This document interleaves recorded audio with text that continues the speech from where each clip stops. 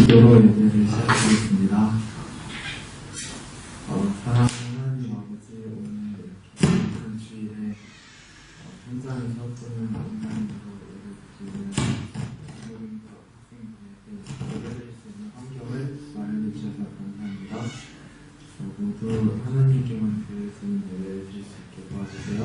사랑합니다. 감사합니다. 예수님의 이름으로 기도합니다. 네.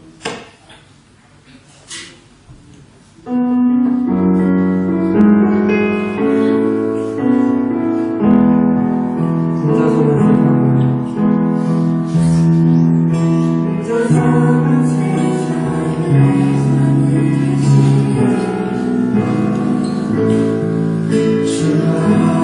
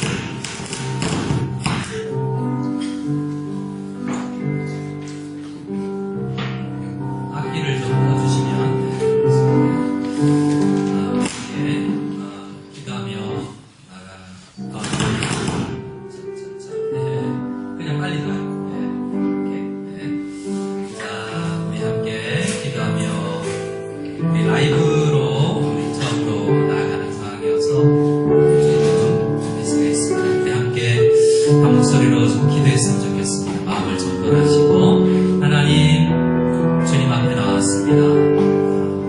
연약하고 이 코로나 기간 동안에 예배로 드리지 못해서 우리가 더 나약해지고 또 하나님 앞에 나태해지는 우리의 모습이 아닌지 돌아보며 이 시간 그럼에도 불구하고 우리를 불러주신 주님 참 감사합니다. 이렇게 주님 앞에 3월 첫 주 예배가 나오게 하심을 감사하며 목소리로 잔잔히 기도하며 나가기를 기도하겠습니다. 하나님 아버지 말씀 주시고 하나님 은혜를 더해주시기 감사합니다. 오늘 예배 가운데 함께 해주시고 은혜를 주시옵소서. 주님 말씀 주시기 감사합니다. 우리 한 사람 한 사람 주시옵소서.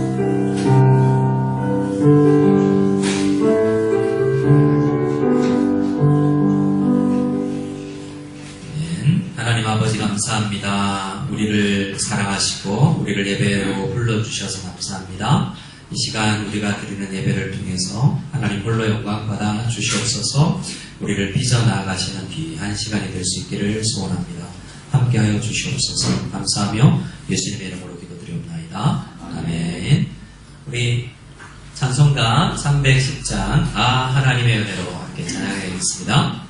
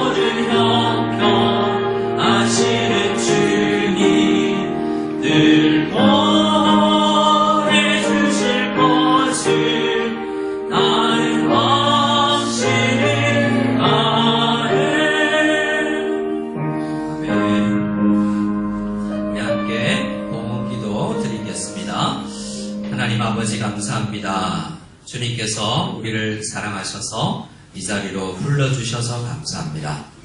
성경에 보면 과부의 돈이 없었던 과부의 두 렙돈이라는 아주 작은 금액의 헌금을 드린 그것도 주님께서 귀하게 여기셨던 것처럼 우리들이 주님 앞에 드리는 찬송 한 절, 또 우리가 몸으로 직접 나와서 예배 드리는 것, 우리의 시간을 드리는 것 모두 귀하게 여기실 줄 믿습니다.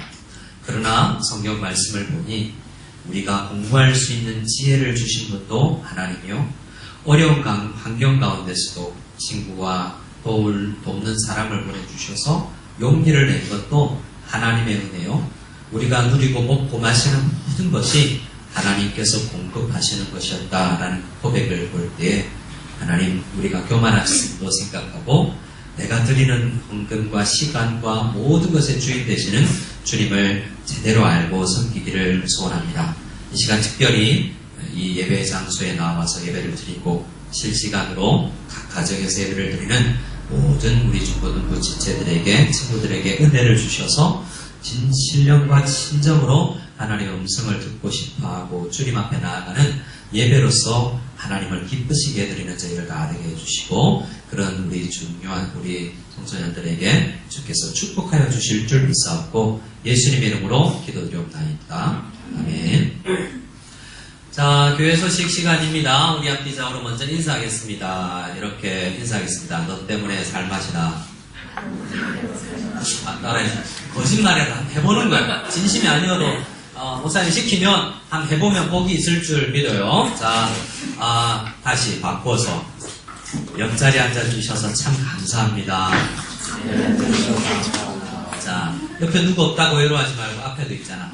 자, 여러분, 이 만남이 소중한 만남인 줄 믿습니다. 네, 저기 아멘 한번 해보는 거야. 자, 우리의 만남 참 소중합니다. 아멘. 네, 엄청난 확률로 만난 거예요. 네, 부부는 아니지만 생각해보면 수많은 나라와 수많은 역사가 있는데 우리가 만났잖아요. 엄청난 확률로 이 무신 땅에서 동시대에 이렇게 앉아있을 수 있는 확률이 얼마나 돼요. 자, 광고는 주보를 잘 읽어주시면 됩니다. 광고는 주보를 잘 읽어주시고, 특별히 광고는 우리 로뎀나무 카페 자원봉사자 혹은 교과생을 선착순으로 모집한다고 하는데 관심 있으신 분들은 우리 서경아 선생님에게 문의해 주시기 바라고요. 자, 만 14세 중2, 중3 중에서 학습 세례 입교 안 받았다라고 생각하는 친구들은 신청해 주시고요. 또 학습 세례 받아도 이번 학습 세례부터는 축복입니다. 왜냐하면 작년까지는 4주 하다가 이번부터는 10주를 하거든요. 복인 줄 믿으시기 바랍니다. 죽었다 이렇게 생각하지 말고 이번부터는 잘 하나님 앞에 목사님과 우리 오 강도사님에게 늘 마음의 근심이 뭐냐면, 한국교회나 우리가 너무 그냥 때 됐으니까 교육 과정하고 세례 주고 아직 정확한 구원의 확신도 없는데 그냥 때가 되었기 때문에 그냥 흘러가는 과정에서는 안 되겠다라는 생각이 들고요. 그래서 이참에 새로 교육받고 싶다라는 분은 재신청하셔도 됩니다. 세례는 다시 주시지 않지만 공부 다시 하셔도 됩니다. 실제로 연락이 왔어요. 해주세요 라고. 그래서 청탁이 들어오지만 잘 고민해보고 제가 하겠습니다. 자, 학습 세례에 해당되는 분들은 잘 신청해 주시고요. 자, 우리 하나님의 말씀을 읽고 말씀 나누겠습니다. PPT로 준비되어 있어요. 자, 창세기 3장 9절입니다. 창세기 3장 9절 보여주시면 같이, 자, 한 절이 짧은 절이니까요. 같이 읽겠습니다. 시작. 여호와 하나님이 아담을 부르시며 그에게 이르시되 내가 어디 있느냐. 아멘. 다시 한번요. 시작. 여호와 하나님이 아담을 부르시며 그에게 이르시되 내가 어디 있느냐. 아멘. 여러분, 우리는 성경을 통해서 복음을 믿고 구원을 받는다고 이야기해요. 그런데 성경 제일 첫 번째 책이 어떤 책이죠? 창세기, 제네시스. 창세기잖아요. 그런데 이 창세기 내용을 보면 우리가 알고 구원받는 그런 놀라운 진리가 처음부터 잘 나와 있는 게 아니라 어렴풋이 나오는데요. 제일 먼저 우리가 발견하는 것은 하나님이 어떤 분이냐는 거예요. 그래서 복음은 놀라 기쁜 소식은 뭐가 포함되냐면 하나님이 어떤 분인지를 알아가는 게 복이에요.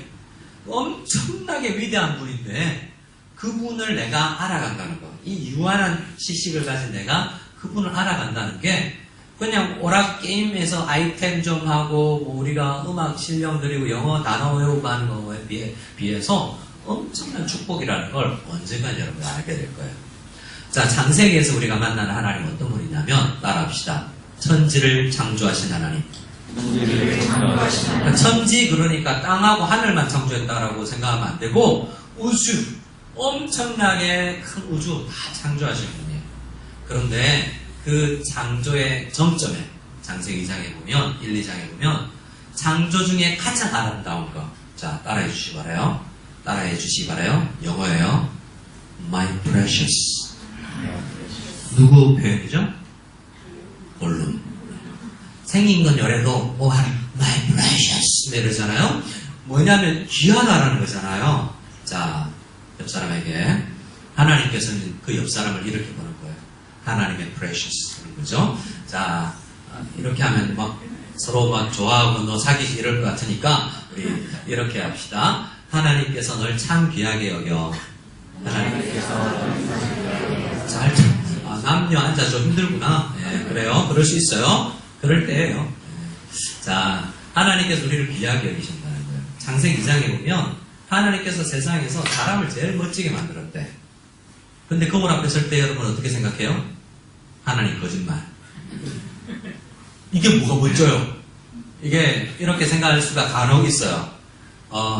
목사님도 믿음이 없을 때 갑자기 별을 보며 하나님 웬일입니까? 이럴 때가 있지만 하나님은 나 너 귀하다 라고 생각할 때 그래요? 귀해요? 이래도 귀해요? 더 멋지게 만들게요 라고 제가 각오를 하죠.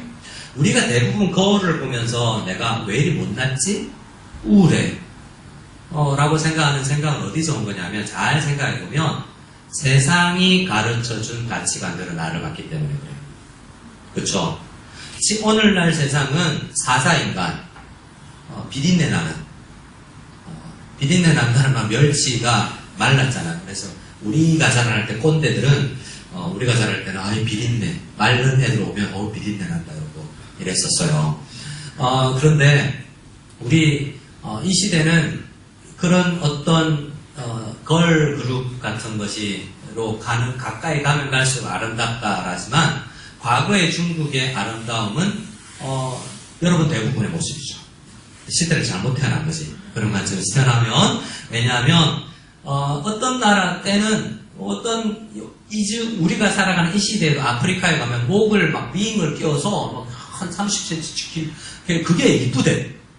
그렇게 해보고 싶은 사람이 있으세요? 그 사람들은 거울을 보면서 야 멋있는데 이렇게 생각하는 거예요. 무슨 가치관 때문에 그렇죠? 그 세상이 가르쳐준 가치관 때문에 멋있다고 생각하는 거예요. 반대로 우울하다, 부족하다, 힘들다라고 생각하는 것도 세상이 가르쳐준 가르침일 가능성이 많아요. 하나님은 우리를 보고 나 너 좋아, my precious 한다. 자, 아담이 3장에 보면 아담과 하와가 죄를 지어요. 그럼 죄를 지으면 나쁘죠? 싫죠? 미워지죠? 요즘에 매일 성경에 하는 친구들은 시편을 하는데 다윗이 죄를 지어요. 여러분, 우리 부모님이나 내 남자친구가 그런 죄를 지었다? 바로 절교죠. 하나님도 버려야 되고 성경에 보면 아나니아와 삽비라 같은 사람은 신약 성경에 헌금 잘 안 했다가 죽어요. 그럼 다윗은요? 막 사람을 죽게 하고 살인 교사를 하고 거짓말하고 간음을 하고 그런 사람 바로 하나님께서 번개 내려서 죽여도 땅을 갈라지게 해서 삼켜도 아무 말할 수 없는 거예요. 근데 이상하게 그때 하나님은 그를 벌하시지만 칼이 그 집안을 떠나지 않게 해서 그 죄 때문에 큰 명고를 겪지만 그래도 죽이거나 하지 않고 여전히 그를 쓰세요. 아담이 죄를 짓고 나서도 하나님은 아담이 사랑스러워요. 죄인인데 그걸 버리지 않는 거죠. 자, 오늘 설교의 제목을 저를 따라 읽게 주시기 바랍니다. 우리를 찾아오시는 하나님. 우리는 죄인이지만 내가 보기에 별 볼 일 없어 하지만 우리를 찾아오신다는 거예요. 그게 오늘 핵심이에요. 이미 설교는 끝난 거나 마찬가지예요. 그러나 제가 목사기 때문에 좀 더 해야 됩니다. 더 깊은 의미를 가져야 되기 때문에. 자, 우리 소통하지 않는 시는 넘어가고요. 찾아오시는 하나님, 창세기 12장 1절을 같이 읽어보겠습니다. 시작. 여호와께서 아브라함에게 이르시되 너는 너의 고향과 친척과 아버지의 집을 떠나 내가 네게 보여줄 땅으로 가라. 아담이 죄짓고 나서도 아담아 어딨냐? 라고 찾아오셨죠. 아담을 버리시지 않겠다는 거였어요. 아담이 하나님께서 아담이 어딘지 몰라서 숨바꼭질하듯이 얘 어디 있을까? 이렇게 찾아다니는 게 아니죠. 왜 그러냐면 반응하기를 원한 거예요. 아담아 어딨냐? 나도 찾아왔다. 라고 하면 하나님 창피하지만 저 여기 있어요. 라고 나와야 되는데 숨어서 안 나와요. 자, 묻습니다. 지난주 9시 반에 여러분 어디 있었어요? 지난주 일요일 주일 9시 반에 여러분들은 대부분 침대에 있었던 걸 내가 알지. 아닌가? 죄송합니다. 뜨끔하는 사람만 뜨끔하고. 자, 이 시간은 우리가 예배당에 나와 있잖아요. 아담아 어딨냐? 라고 할 때 반응하기를 원하는데 우리는 대부분 숨고 특히 죄지었을 때 우리 애들 만나면 막 죄지었을 때 있잖아요. 제가 중고등부 때 내가 정확하게 이야기는 할 수 없는데 조금 하나님 앞에 죄송했어요. 임원인데 교회 가기가 좀 힘든 거야. 그래서 교회 옥상에 나중에 와가지고 있으니까 애들이 우리 임원 애들이 와가지고 영현아 너 어디 갔었어? 막 이러면서 찾아온 거야. 나는 조금 하나님 앞에 창피한 일이 있어서 교회를 갈까 말까 하다가 고민하다가 나중에 오후에 쭉 성가대 중고등부 찬양팀 연습이 2시 반에 있었거든요. 그래서 2시 반에 이렇게 찬양팀 연습도 안 가고 교회 옥상에 이렇게 먼산 바라보고 하늘 바라보고 있었더니 애들이 굉장히 멋있게 자 고민하나 보다 이렇게 생각했는데 저는 엄청나게 제 때문에 고민하고 있었어요. 근데 지금 생각하면 그럴 때도 하나님 앞에 나가야 돼요. 죄 지어도 하나님 앞에 가서 그래야 돼요. 하나님 없는 것 같아도 욥이나 하는 시편이 하나님 도대체 어디 있어요? 이 내가 힘들 때 어디 있어요? 하지만 다 하나님 앞에 와서 고민하고 기도하고 있죠. 그래서 하나님 앞에 나아갈 수 있어요. 어떤 사람? 자, 이 창세기 12장에는 아브라함에게 찾아가셨는데요. 아브라함이 새벽 기도하고 열심히 하나님을 찾아다녔던 게 아니에요. 어느 날 갑자기 아브라함에게 찾아오신 거예요. 어느 날 갑자기. 언제요? 따라하죠. 어느 날 갑자기. 어느 날 갑자기 아브라함에게 찾아간 거예요. 그가 하나님을 찾고 싶은 게 아니라 사도행전에 보면 아브라함이 오히려 우상 섬기는 집안의 사람이었대요. 근데 하나님께서 그냥 찾아가셨다고 창세기 12장 1절에 하나님이 그냥 아브라함 찾아갔다고 이야기하는 거예요. 하나님은 우리를 이렇게 찾아오세요. 하나님은 지금도 여러분을 찾아가시고 여러분들을 그렇게 찾아오셨을 거예요. 여러분 요한계시록에 보면 인자하게 문 밖에 서서 얘야 문 좀 열어줄래? 라고 문을 두드리는 예수님이 계세요. 예수 믿으세요? 라고 복음 전하는 게 아니에요. 이미 교회에게 문을 두드리는 거죠. 그래서 신앙생활하는 청소년인데 세례받은 친구인데 너 왜 그러니? 하고 하나님은 지금도 우리의 마음을 놓고 하신다고요. 그런데도 안 듣는 사람이 있어요. 누구세요? 나 아닌데요? 라고 하는 사람이 있다고요. 하나님이 목사님 어떻게 찾아오셨는가? 초등학교 3학년 때 장철, 저는 그 이름을 가끔 설교하다가 이야기해요. 지금 부산에서 교수하고 있는데 그 친구가 진짜 공부 못했거든요. 진짜 못했어요. 근데 교수가 돼 있네? 희한해요. 어쨌든 그 친구가 초등학교 3학년 때 내 짝꿍이었어요. 그것도 바로 옆 짝꿍이 아니라 뒤에 그때는 남자 둘, 여자 둘, 남자 둘, 여자 둘. 약간 조선시대를 약간 벗어났던 그런 시대를 목사님이 살았는데 뒷줄에는 여자였고 그 뒷줄에 장철이 앉아있었어요. 키가 나보다 조금 컸거든요. 여러분 지금 키를 보면 안 돼요. 제가 하나님의 은혜로 중3에서 멈췄기 때문에 초등학교 때는 높이뛰기 선수였어요. 은혜가 아니구나. 네, 한번 가요. 어쨌든 그랬는데 그 친구가 나에게는 일요일이었지. 8시 반이면 우리 집 앞에 와서 영현아 교회 가자.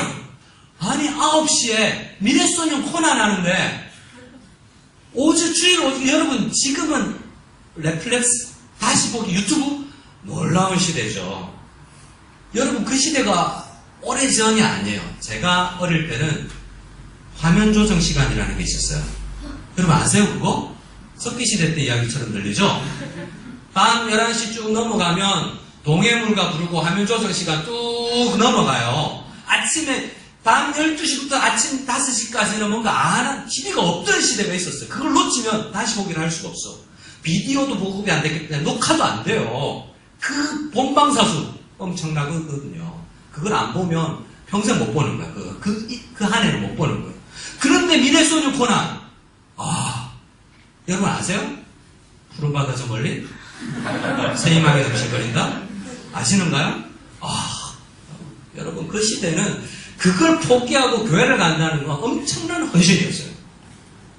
근데 하나님께서 부르시니까 찾아오시니까 가게 되더라고요. 그래서 하나님께서는 아브라함에게 그냥 찾아오셔서 너 가라고 이야기한 것처럼 하나님께서는 부모에게 찾아오셔서 이야기하고 때로는 친구를 찾아와서 이야기를 해주는 거예요. 오늘 설교 시간에 여러분들의 마음을 다시 두드립니다. 이미 교회 다니는 사람이지만 너 하나님께 다시 나가야 돼 라고 우리를 찾아오시는 거죠. 찾아오시는 주님의 음성을 들으시기 바랍니다. 이럴 때 조금 더 해도 돼.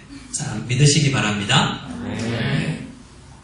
대시들 조금 더 높아졌네. 자, 다음 페이지. 창세기 28장에 보면 아브라함의 아들, 손자가 있는데 야곱이에요. 이 야곱이라는 사람이 이름이 이스라엘로 변하는데 이 이스라엘 민족과 야곱의 특성이 굉장히 비슷해요. 뭐냐면 하나님 나를 찾아와서 나한테 하나님은 계획이 있는데 나는 내 마음대로 사는 거지. 자, 여러분 하나님이 원하는 건 하나님 만났다 라고 끝나는 걸 원치 않으세요. 하나님 만났다 해서 끝나버리는 기독교가 있어요. 우리가 교회에 와서 찬양하며 모든 상황 속에서 할렐루야 아멘 나를 만나 하나님 감정이 뜨끈뜨끈하고 만났어. 근데 끝이야. 집에 가면서 보면서 막 강아지한테 돌 던지고 친구한테 욕하고 둘이서 가면서 쟤 진짜 이상하지 이렇게 욕하고 그거는 만난 걸로 끝나버린 거예요. 하나님을 만난 것 귀하지만 왜 만났냐고요. 이건 마치 그런 이야기 알잖아요. 군인들에게 돌격 앞으로 산에 갔는데 군대 장관이 여기가 아닌가요? 다른 산으로 만나는 것 자체가 의미가 있잖아요. 목적을 이루어야지. 하나님께서 우리에게 찾아오시는 이유가 있어요. 오셔서 야곱을 향한 이유가 있는데 야곱은 자기 마음대로 살아요. 특히 로맨티스트예요. 한 여자를 향한 7년, 14년 여러분 그런 남성을 만나고 싶죠? 그런데 하나님 뜻대로 연애를 안 해. 하나님의 뜻대로 안 하고 그냥 감정만 쫓아다니는 돈만 쫓아다니는 그런 사람으로 20년을 살아가요. 그런데 그런 야곱에게도 찾아오세요. 자, 28장 10절 시작. 야곱이 브엘세바에서 떠나 하란으로 향하여 가더니 자, 브엘세바 여러분 아세요? 브엘세바 하란 아세요? 몰라도 돼. 이게 뭐냐면 어디서 어디로 간다는 거야. 왜 갈까요? 따라합시다. 도망가는 중. 예, 러닝맨. 왜? 뭐로부터? 형님한테 맞아 죽을까봐. 죄 짓고 도망가는 거예요. 근데 이 사람의 비전은 뭐냐면 형님한테 안 맞아 죽는 게 소원이야. 나는 우리 형님, 나는 마마보이로 엄마 옆에서 주방에서 설거지 도와주고 이렇게 자랐는데 형님은 어릴 때부터 들에 나가서 상 던지고 활 쏘면서 사냥꾼이었어. 근데 그 형님을 화나게 했어. 나 죽는 거지. 이걸 실감나게 이야기하면 한국 학교는 그런 거 없죠? 일진. 있나? 빵 셔틀 있나? 있어도 없다고 그러겠지. 어쨌든 한국에 보면 전설 따라 보면 한국의 어떤 학교들은 이런 일진도 있고 짱도 있고 하대. 우리 학교에 제일 잘 나가는 짱을 내가 건드린 거야. 큰일 났지. 그럼 전학 가야 돼요. 엄마 졸라서. 그래서 지금 전학 가고 있는 중이라고요. 내 소원은 뭐냐? 나 어쨌든 저 공포에서 벗어나서 나고 싶은 거지. 그런데 하나님은 도망가는 야곱에게 나타나시고 야곱아, 나는 너에게 원대한 계획이 있다. 하나님 그거 말고요. 지금 살려주세요. 이건데 하나님은 야곱에게 계획이 있대요. 하나님의 계획을 들어볼까요? 잠자는 동안 만나서 비몽사몽하고 있는 야곱에게 이렇게 말씀하세요. 14절부터 시작. 내 자손이 땅에 티끌같이 되어 내가 서쪽과 동쪽과 북쪽과 남쪽으로 퍼져나갈지며 땅의 모든 족속이 너와 내 자손으로 말미암아 복을 받으리라. 내가 너와 함께 있어 네가 어디로 가든지 너를 지키며 너를 이끌어 이 땅으로 돌아오게 할지라. 내가 너에게 허락한 것을 다 이루기까지 너를 떠나지 아니하리라 하신지라. 스토커같이 하나님은 날 떠나지 않는데, 그리고 내 비전이 아니라 하나님의 비전을 이루겠대. 야곱아, 나는 너를 향한 계획이 있다. 네가 그걸 해낼 때까지 너를 떠나지 않고 너를 도와줄 거야. 하나님, 저는요 그냥 결혼해서 그냥 가정 이루고 그냥 좋은 직장 다니고 평생 그냥 살고 싶어, 행복하게. 이게 내 꿈이에요. 어떤 자기개발서, 여기 여러분 플랭클린 다이어리나 혹시는 그 3P 다이어리라고 자기개발을 하는 거, 좋은 나 만들 자, 멋진 나 다듬자, 이런 자기개발하는 강사들이 있어요. 그 강사가 와서 자기는 지금 죽어도 괜찮대. 자기 버킷리스트를 다 이루었대. 버킷리스트가 뭔지 잘 들어보니까 10억 모으기, 대단하죠. 10억. 우와, 10억 원 모으기, 50개국 여행하기. 우와, 50개국. 여러분 몇 개국 가봤어요? 언니 차이나? 네, 그래요. 차이나 한국, 차이나 코리아, 차이나 코리아. 좋아요. 자, 근데 50개국. 우와, 멋있다! 이러죠. 여행 프로그램, 맛집, 이거 맛집 몇 개 가보기. 그거 다 이루었다는 거죠. 그게 사람이 생각하는, 우리가 생각하는 그런 비전. 하나님은 그런 꿈꾸고 있는 친구들에게 가셔서 나는 너를 저곳에 보내서 이 일을 하고 싶어라고 이야기하는 거예요. 그런데 야곱의 나머지 인생 이야기는 그와 상관없이 20년 살았더라라는 거죠. 지혜로운 건 하나님의 그 원대한 계획을 빨리 깨닫는 거예요. 물론 그 깨달을 때가 오지만 그걸 뭘 통해서 알고 있냐면, 야곱의 아들 중에 그의 막내가 되는 11번째 요셉이 있는데, 아버지는 험악한 인생 살고 100살 돼서 깨닫는데요, 요셉은 고생하면서 형님들한테 팔려서 이집트에 가서 엄마가 끓여주는 된장찌개, 우리나라에서 먹을 수 있는 김치찌개, 맛있는 우리 서민 대패, 우리 시스 카페 못 가고 한국 음식 못 먹고 맨날 이집트 음식만 먹는 거예요. 그러면서 다니고 싶은 학교 못 다녀. 그리고 제대로 먹지도 못하고 감옥에 가. 그런 험악한 인생을 살았지만 하나님의 뜻을 깨달아요. 내가 왜 여기 왔는지. 하나님이 찾아오셨기 때문이죠. 감옥에서. 하나님 나를 먼저 보내셨군요. 라고 요셉은 깨달아요. 나중에 아버지 야곱이 아들 요셉을 보니까 신기하다. 너는 언제 그렇게 알았냐? 언제 그렇게 깨달았냐? 라고 질문한 거예요. 나는 이렇게 고생하면서 험악한 세월 살면서 알았는데. 그래서 목사님 바람은 여러분 선생님을 창피하게 만드는 중고등학생들이 되는 거예요. 별론가? 우리 선생님들이 여러분을 보면서 위기를 느끼는 거지. 내 신앙생활을 점검하면서 난 열심히 살아야 되겠다라는 것을 여러분을 통해서 보는 거예요. 하나님은 여러분을 향한 찾아오실 것이고, 찾아오셔서 여러분에 대한 계획을 말씀하실 거예요. 어떤 계획은 원대하고 비행기 타고 다니면서 멋진 계획이라고 생각하는 세상 사람들이 보는 그런 거지만, 어떤 거는 그냥 결혼해서 자녀에 잘 양육하는 그것도 하나님께서 쓰시는 거예요. 나중에 천국 문 앞에 갔을 때 너 착하고 충성되다, 진짜 멋있게 인생 살다가 왔구나 라고 이야기하는데, 제가 뭐요? 뭐 했는데요? 라고 이야기하는데, 너 그때 물 한 그릇 떴잖아. 그거 멋있는 거다. 내가 너한테 원하는 거였다. 찬양팀 하고 그게 아니라 예배 드리고 가면서 휴지 하나 줍고 그냥 엄마 돌보면서 동생 잠시 챙기고 안 다투고, 그건 내가 원하는 거였다. 그 수업 시간에 집중하고 시험 시간에 내가 헌팅하고 싶은 욕심이 들어도 그거 극복하는 거, 그거 참 귀하다. 나 너에게 원하는 게 그거였다. 이렇게 하나님께서 얘기해요. 우리에게 원하는 게 엄청나게 커서 독수리만 내는 게 하나님 뜻이 아니에요. 참새가 독수리 될 필요가 없잖아요. 참새 멋있어요, 안 멋있어요? 멋있어요, 참새. 독수리, 여러분 동네에서 독수리 봤어요? 그 되면 별로 안 좋을 거예요. 독수리 되면 동물원에 가 있어, 동물원에. 아프리카 가야 만날 수 있는 거. 참새 되면 우리 동네 날마다 저 아침에 날 깨워주고. 참새 멋있는 거예요. 아시겠어요? 믿든지 말든지 우리는 하나님께서 원하시는 걸 하면 되는 거예요.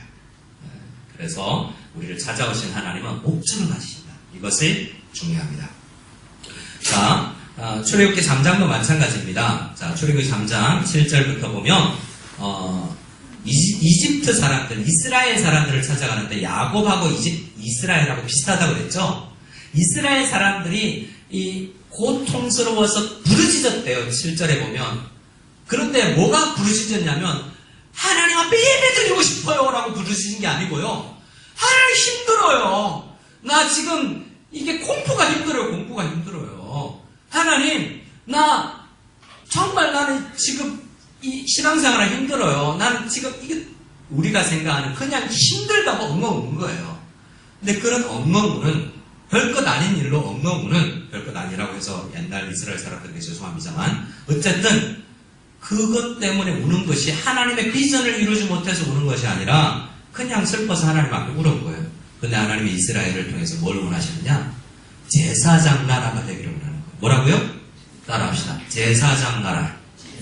제사장 나라는 건 뭐냐면 제사장은 다른 사람을 위해서 섬기는 삶이에요. 이스라엘은 자기만 잘 먹고 잘 사는 게 아니라 모델하우스처럼 이스라엘이 멋지게 신앙생활하는 걸 보고 교회 안 다니는 사람들 주일날 9시 반에 예배 가는 걸 보고 쟤 왜 가지? 왜지? 멋있는데? 이상하게 생각하고 멋있게 보이기 위해서 이스라엘을 부른 거예요. 근데 이스라엘은 착각을 하죠. 하나님께서 나를 제일 이뻐해. 쟤네들은 아니야 라고 착각하게 되는 이유도 거기에 있는데요. 처음에 그들이 하나님 앞에 부르짖었던 이유는 그냥 힘들었어요. 근데 하나님 그들에게 힘들어하고 있는 그들에게 이렇게 이야기합니다. 자, 이 빨간 글씨 말고 주황 글씨 중심으로 단어만, 동사만 하나님께서 우리를 시작 보고 부르짖음을 듣고 알고 내려가서 건져내고 인도하여 데려가라. 하나님은 이스라엘 백성들이 그냥 종살이 하면서 힘들어하고 있는 그 상황을 그냥 보고 계신 게 아니라 그들이 앞으로 어떻게 될 것까지 원대하게 보고 계시는 거예요. 그냥 건져내는 게 아니라 그들을 건져내서 이루고자 하는 게 있는 거예요. 근데 어디로 데려가느냐? 자, 인도하여 아름답고 시작. 아름답고 광대한 땅, 젖과 꿀이 흐르는 땅. 이것까지 좋죠. 하나님께서 우리를 데려가시는 땅이 엄청 좋은 곳이라고 생각하지만 사실 이 성경에서 더 중요한 부분은 그 땅이 가나안 족속이 살고 헷 족속이 살고 아모리 족속이 살고 무슨 말이냐면 무시무시해서 그냥 같이 살고 싶지 않은 내가 싫어하는 성격, 일진들로 가득 찬 그런 곳에 나를 보내시겠다는 거예요. 좋은 게 아니에요, 어떻게 보면. 근데 하나님께서는 그 교서로 나를 데려다 놓겠다는 거예요. 왜요? 그곳에서 뭐 멋지게 한번 살아봐. 멋진 청소년을 한번 살아보라고 우리를 데려가시겠다는 거예요. 힘들죠? 여기서 차라리 나중에 이스라엘 사람들은 가나안보다 차라리 이집트가 낫다라고 생각할 정도로 하나님께서 그곳으로 데려가는 거예요. 근데 하나님은 계획이 있으시기 때문이죠. 그곳에서 멋있게 살 수 있는 사람들이기 때문에. 어떻게 살 수 있느냐? 찾아오신 하나님을 만나고 또 만나고 매일 만나면서 우리는 그걸 기도라고 그래요. 하나님 도와주세요라고 하면 그 어려운 환경에서 하나님이 도우시더라는 거죠. 그렇게 해서 하나님은 우리 그 과정을 거쳐 나갈 수 있도록 하시는 거예요. 하나님이 이스라엘을 찾아갈 때 저를 한번 따라해 주시겠습니다. 그 다음 페이지를 보시면 자, 첫 줄만 읽어봅시다. 시작. 당시 가장 비천한 민족인 이스라엘을 찾아가신 하나님. 자, 어떤 하나님? 당시 가장 비천한 민족인 이스라엘을 찾아가신 하나님. 하나님은 어떻게 보면 요셉 잘 나갔을 때 요셉이 아니라 한참 시간이 지나서 쫄딱 망하고 가난해지고 종살이 할 때 이스라엘을 찾아가세요. 그리고 나서 그들을 빚어나가세요. 그것이 구약 성경이에요. 그것을 보면서 우리에게 뭘 이야기하냐면 너 비천해 보이고 낮아 보이니? 정말 아무것도 아닌 것처럼 보이고 날마다 칭찬받는 어떤 학생이나 다른 사람에 비해서 너 아무것도 아닌 것처럼 보이니? 그때 하나님 나를 찾아오신다는 거예요. 그래서 나를 독특하게 빚어나가시겠다라고 이야기하는 거예요. 그리고 지금 내가 상상할 수도 없는 그 자리에 나를 보내서 나를 통해서 하나님이 일을 하시는 게 나를 통해서 하시겠다라고 이야기하는 게 성경의 이야기예요. 여러분, 옆 사람이 한번 격려합니다. 이렇게 시작. 저를 따라합니다. 하나님께서 널 사용하실 줄 믿어. 시작. 여러분 안 믿죠? 하나님은 믿는다고요. 하나님은 여러분 한 사람 한 사람을 사용하실 줄 믿습니다. 저도 믿어요. 그래서 우리는 아무것도 아닌 사람처럼 보이지만 하나님 앞에 쓰임 받을 때 굉장히 하나님 앞에 은혜로 하나님 앞에 쓰임 받을 수 있는 겁니다. 그런데 자, 이사야 66장은 넘어가고요. 사사기 6장을 보겠습니다. 사사기 6장. 이 사사기 6장은 하나님께서 우리를 사용하여서 이방인들 한복판에 두어서 그들에게 멋진 사람으로 살아가기를 원하는데, 오히려 사사기에서 나오는 이 장면을 보면 그 하나님이 찾아올 때 그 사사가 성도가 얼마나 비참한 상태였는가를 알려주는 내용이에요. 자, 사사는 당시에 멋진 히어로예요. 이스라엘이 굉장히 어려울 때 그 히어로한 사람이 나타나서 그 이스라엘 전체를 구원하는 사람이거든요. 잔다르크처럼 그런 사람이에요. 그런데 그 사람이 하나님을 만났을 때 그 사람이 어떤 상태였는지를 보여주는 것이, 자, 11장 요아스의 아들부터 시작. 요아스의 아들 기드온이 미디안 사람에게 알리지 아니하려 하여 밀을 포도주 틀에서 타작하더니. 이 무슨 말이냐? 자, 밀은 밀틀에서 타작해야 되는데 포도주 틀에서 타작한다는 게 말이 안 되는 거예요. 이게 뭐냐면 이런 거예요. 다른 미디안 사람이 두려워서 숨어서 몰래 타작해서 우리 가족만 먹고 살겠다라는 생각을 가지는 거죠. 제 이야기를 해보면, 제가 여러분 국방의 의무를 다했습니다. 여러분 들어보셨어요? 방위? 방위, 나라를 지켰죠. 그때 우리 부모님들이 편안하게 잤을 거야. 내가 나라를 지켰으니까. 근데 훈련소는 그나마 조금 힘들었는데, 훈련소 시간에 어떤 시간이 있냐면, 그냥 밥만 먹고 이렇게 있다가 간식이 나오는데 초코파이, 특정 브랜드 오리온 초코파이 나왔는데요. 어떤 친구가 이걸 하나 둘 남겼다가 그냥 골고루 나눠 가져야 되는데 이걸 몰래 먹었어요. 그래서 나중에 그게 우리 교관들한테 들켜서 얘가 기합을 받아 꼬라박아 해서. 근데 그 친구가 어디서 초코파이를 먹었지 아세요? 어떻게 군대 갔다 왔나 이 친구들은?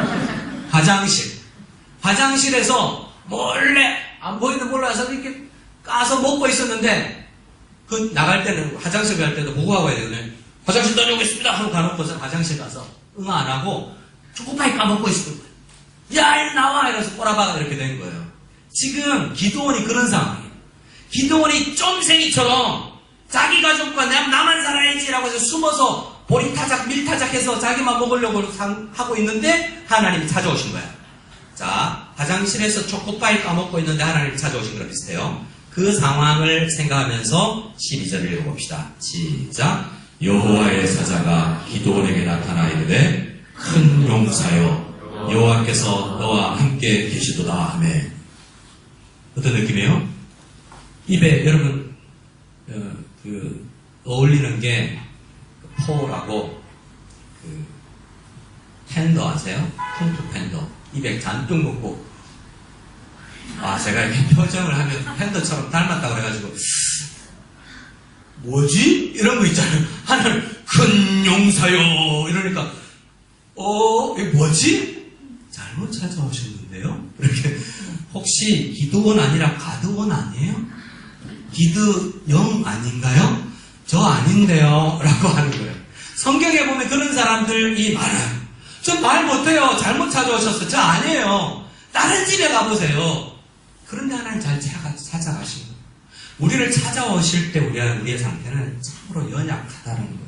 근데 하나님께서 우리를 향해서 가지신 놀라운 계획이 있다는 거죠. 요한복음 4장 그 한 페이지를 보면, 요한복음을 보면 예수님께서 유대에서 갈릴리로 가셔야 되겠대요. 여러분 한국 지리를 아는지 모르겠는데 한국을 떠나서 부산에서 서울 가야 되겠다는 거죠. 근데 여러 가지 방법이 있지만 쭉 질러가면 대구 지나 대전 지나 서울 가면 돼요. 근데 이스라엘 사람들은 그렇게 안 가고 저기 강원도로 저기 충청도로 돌아서 이렇게 서울로 가는 길을 선택했어요. 왜냐하면 그 길은 부정 타는 길이요 잘 가지 않는 길이기 때문에. 그런데 예수님은 자, 4절을 같이 읽어봅시다. 시작. 사마리아를 통과하여야 가겠는지라. 무슨 말이죠? 그 길로 가야 돼. 왜요? 누구를 만나야 되기 때문에. 예수님은 그 길로 그때 지나면서 누구를 꼭 만나기를 원하셨어요. 자, 그 사람 이름이 나옵니다. 잘 찾아보세요. 자, 요한복음 4장 3절에서 그 여인의 이름을 찾아라. 시작. 찾는 사람에게 상주입니다. 눈 크게 뜨고. 이름이 뭐예요? 따라합시다. 우물가의 여인, 사마리아 여인, 수가성 여인. 이름이 없다는 거예요. 그 우물가의 한 여인. 이름 없는 한 여자라는 거예요. 여러분 이름을 누가 알아요? 여러분 좋아하는 BTS가 여러분 이름을 알아요? 여러분은 BTS의 이름을 다 외우지. 노래도 부르지. 암송도 하지. 우리 집에도 그런 사람이 있다고. 나와 다른 언어를 쓰는 선교지가 우리 집에도 있다고. 선교는 문화가 다르고 말이 다른 데인데 우리 집에 중2, 3때는 문화가 다르고 말이 달라. 선교해야 되는 고2 이상은 좀 낫겠지. 그런데 그런 곳이에요. 그런데 사마리아 여인은 BTS는 여러분 이름 모르는 것처럼 우리도 사마리아 여인을 몰라요. 이름 없는 한 여인을 예수님이 찾아가신 거예요. 이 여인을 만나서 잠시 대화했는데 이 여자는 뭔가를 깨달았어요. 이분이다 라고 생각하고 하나님을 고민하던 문제를 해결하고 하나님을 제대로 인격적으로 만난 거예요. 만나고 나서 변화된 이야기가 있는데요. 28절 시작. 여자가 물동이를 버려두고 동네로 들어가서 사람들에게 이르되 내가 행한 모든 일을 말하는 사람을 와서 보라. 이는 그리스도가 아니냐. 이 여자가 물동이를 버렸죠. 이것은 뭐냐면 내 생각 비전이 갇힌 게 아니라 나는 이만큼 하고 싶어요 하는 생각에서 하나님을 만나고 났더니 전도자로 변화된 모습을 보는 거예요. 하나님이 원하는 일을 하는 거예요. 예수님이 계획한 건 뭐냐 그러면 사마리아로 가서 그 여자를 만나고 그 여자가 마을로 들어가서 복음을 전하는 거였어요. 예수님이 다 하는 게 아니라 하나님은 이름 없는 한 여인을 쓰는 거예요. 하나님은 나중에 여러분들을 통해서 방송국에도 보낼 거예요. 좀 갔으면 좋겠어. 이상한 거 좀 안 만들고. 이상한 드라마 많이 만들면 그 세계관에 우리가 젖어들잖아요. 여러분, 여러분들이 보는 그 드라마나 영화가 우리를 점점 잠식해 들어가요. 이혼하는 거는 당연한 것 같아. 떳떳하게 이야기해요. 우리가 자랄 때 어떤 형제가 자매라고 막 나와서 이야기를 했어요. 하리수 형제라고. 하리수 형제, 우리가 자랄 때 유명한 트랜스젠더예요. 근데 그 형제는 형제인데 자매처럼 자매라고 이야기를 막 하고 다녔어. 그러니까 고등학교를 어디를 졸업한 걸 내가 알거든요. 남자 고등학교예요. 지금은 남녀고등학교에 있지만. 세상이 주는 문화를 우리가 바꿔야 되는데요. 하나님은 여러분을 쓰셔서 정치계에도 보내시고 체육계에도 보내시고 음악계, 문화계 다양한 것에 웹툰 작가가 뭐든 좋아요. 하나님께서 우리를 어떻게 쓰실지 몰라. 그런데 이 이름 없는 여인을 쓰셨던 것처럼 말이죠. 이 여인이 어떻게 했죠? 30절. 자, 30절 시작. 그들이 동네에서 나와 예수께로 오더라. 그 한 여인이 예수님을 만나서 동네로 들어갔는데 온 동네가 예수님께 나왔죠. 이것이 이야기해주는 것이 우리를 쓰시는 하나님, 우리를 사용하셔서 큰 일을 하시겠다는 계획을 가지신 하나님의 모습을 보여주는 거예요. 대표적인 인물이 또한 사울이라는 사람이 있는데요. 사도행전 9장에 보면 그 사람도 전혀 생뚱맞게 하나님을 만나요. 어떻게 하면 교회 다니는 애를 핍박했는데 하나님을 만나는 거죠. 자, 여기서 3절 시작. 3절을 읽어봅시다. 9장 3절 시작. 사울이 길을 가다가 다메섹에 가까이 이르더니 호련히 하늘로부터 빛이 그를 둘러 비추는지라. 호련히. 뭐라고요? 호련히는 기독교의 핵심단. 뭐냐면 아무 이유도 없는 죄 지은 나를 갑자기 찾아오시는 거예요. 오늘 밤에 여러분들이 잠잠히 집에 가서 책상 앞에 앉았는데 갑자기 여러분에게 성경 한 구절이 떠오르며 그냥 지나가는 찬양 하나에 우연히 폈던 매일 성경 큐티책 하나에 그냥 하나님께서 여러분에게 감동시켜줄 수 있어요. 우연히. 사울은 교회를 핍박하는 사람이었는데 갑자기 아무 이유 없이 나타나셔서 나 너 쓰겠다라고 이야기하셨어요. 사울은 몰랐지만 다른 사람에게 알려주셨어요. 아나니아라는 사람에게. 다음 페이지를 보여주시면 하나님은 사울은 어리둥절 예수님 누구세요? 이게 뭐지? 라고 하고 있는데 먼저 예수 믿은 아나니아에게 하나님께서 나타나셔서 아나니아야 나 사울 써야 되겠다. 사울을 써야 되겠다 그러고 너 가서 사울에게 위로하고 사울을 도와주라고 이야기하니까 아나니아가 걔 싫은데요? 내가 왜 걔한테 도와줘야 돼요? 나 혼자 공부하기도 벅차요. 내 동생 왜 도와야 돼요? 집안일 왜 해야 돼요? 우리에게는 그냥 왜? 라고 하기 싫은 일들이 많은데 하나님은 때로는 하라는 일이 있어요. 그럴 때 하나님은 왜냐하면 지금 그는 연약해서 네가 도와줘야 되는데 내가 직접 사울을 도와서 만들 수도 있지만 내가 원하는 건 네가 가서 사울을 도우는 거다. 그리고 네가 도와주면 그 사람이 하나님의 일을 크게 할 큰 그릇이 될 거다. 너보다 더 크게 쓰임받을 것이다. 오히려 내가 부모님들에게 우리 어머니들에게 주는 큰 메시지. 어머니는 여러분 모유수유한 사람들 어머니는 자신의 몸을 망가뜨리면서 여러분을 키웠어요. 요즘에 잘 나가는 미스 아줌마들은 모유수유 안 하려고 그래. 몸 망가진다고. 몸매 망가진다고. 뭐 그래도 돼요. 그래서 어떤 목사님은 젖소를 많이 먹고 소젖을 많이 먹고 자라서 들이받는 기질이 있다고 엄마를 오히려 들이받는다고 이야기하는데 엄마는 그냥 여러분 키우잖아요. 아빠는 여러분을 위해서 살잖아요. 왜요? 그게 여러분이 통해서 하실 일이 더 기대되기 때문이기도 해요. 저도 다양한 일을 할 수 있지만 여러분하고 만나서 여러분하고 복음 나누고 공부하고 기대가 돼요. 나중에 여러분들이 목사님하고 연락 올 때 저는 5년 뒤, 10년 뒤가 기대가 됩니다. 5년 뒤, 10년 뒤 어느 날 갑자기 여러분 이 메시지가 기억나면 수소문에서 위챗 지워졌던 거 다시 찾아서 누군가 나한테 연결되어 있는 사람에게 연락해서 나한테 연락해. 그리고 위챗으로 50원 정도 보내줘. 내가 밥 먹을게. 알겠지? 그 정도는 할 수 있잖아. 그래서 여러분 복음 안에서 잘하고 정말 잘하세요. 하나님이 나를 향한 뜻을 계속 계획해야 돼요. 하나님의 큰 그릇이에요. 여러분은 귀하게 쓰실 거예요. 믿으십니까? 옆 사람에게 이야기합시다. 너는 큰 그릇이야. 시작. 배를 보지 마세요. 배를 보지 마세요. 자, 하나님께서 귀하게 쓰실 줄 믿습니다. 자, 다음 페이지 보십시다. 마지막이에요. 하나님께서 쓰시는 사람들 보세요. 모세는 살인자였어요. 도망 다녔죠. 기도는요, 자기만 생각하는 쫌생이었어요. 요나는요, 하나님의 명령이 마음에 들지 않아서 거절했던 성도예요. 하나님 싫어요 라고 생각했던 목사예요. 목사에게 너 선교 좀 해야 되겠다. 너 성도회를 위해서 헌신해야겠다. 왜요? 제가요? 다른 사람 보내세요. 이런 사람도 찾아오셨어요. 제자들을 보세요. 이사야는 귀족 출신이 왕족도 있었고요. 제자들은 특히 어부, 정치지망생, 세무공무원, 의사, 많은 직업군이 있어요. 주부도 있어요. 하나님 그들을 다 찾아가셔서 그들을 통해서 하나님께서 일을 해 나가십니다.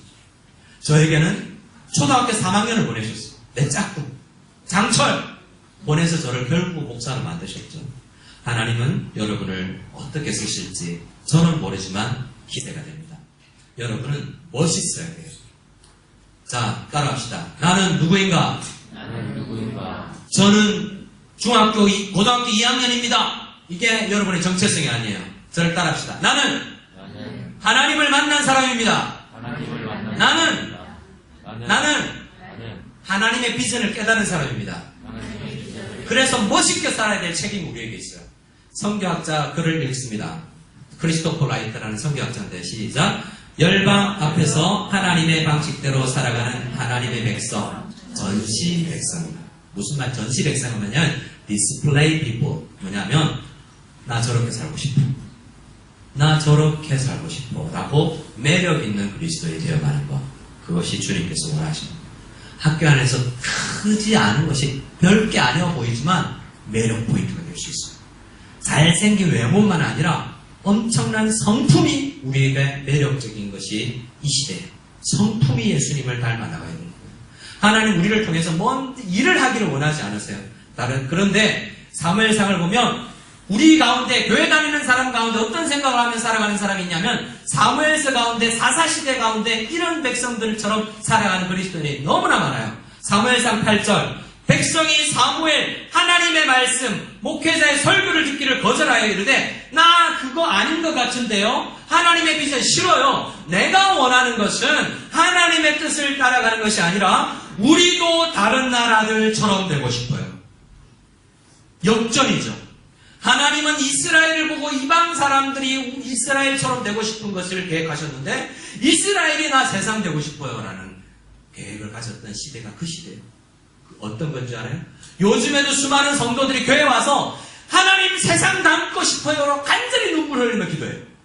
하나님 나 세상처럼 돈 벌고 싶고요. 나 세상처럼 성공하고 싶어요. 그 세상 정신으로 세상을 닮고 싶어 하는데 하나님 앞에 와서 눈물 흘리고 기도해요.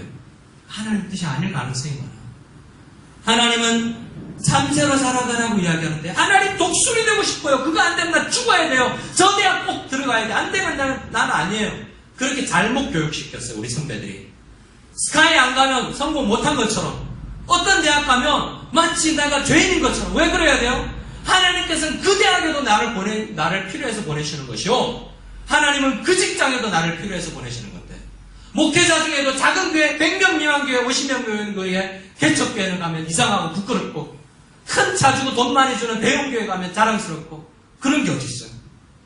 하나님은 여러분을 향해서 번대한 계획을 가지고 계시고, 세상 사람들 보면 부러워하지 마시고, 하나님께서 보시는 멋진 사람이 되시기를 바랍니다. 자, 우리 함께 찬양합시다. 하나님, 나를 찾아와 주십시오. 이 시간에 찾아와 주셔서 하나님이 찾아와셔야만, 그 하나님을 만나야만 나 멋있게 살 수 있을 것 같아요.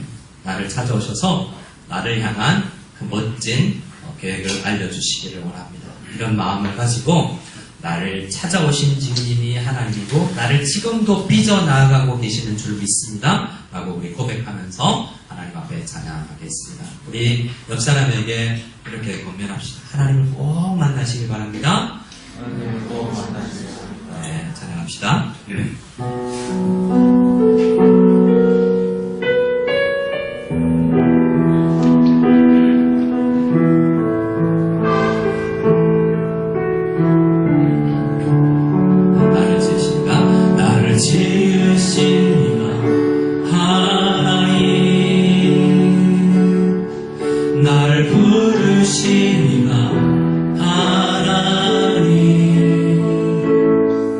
나를 보내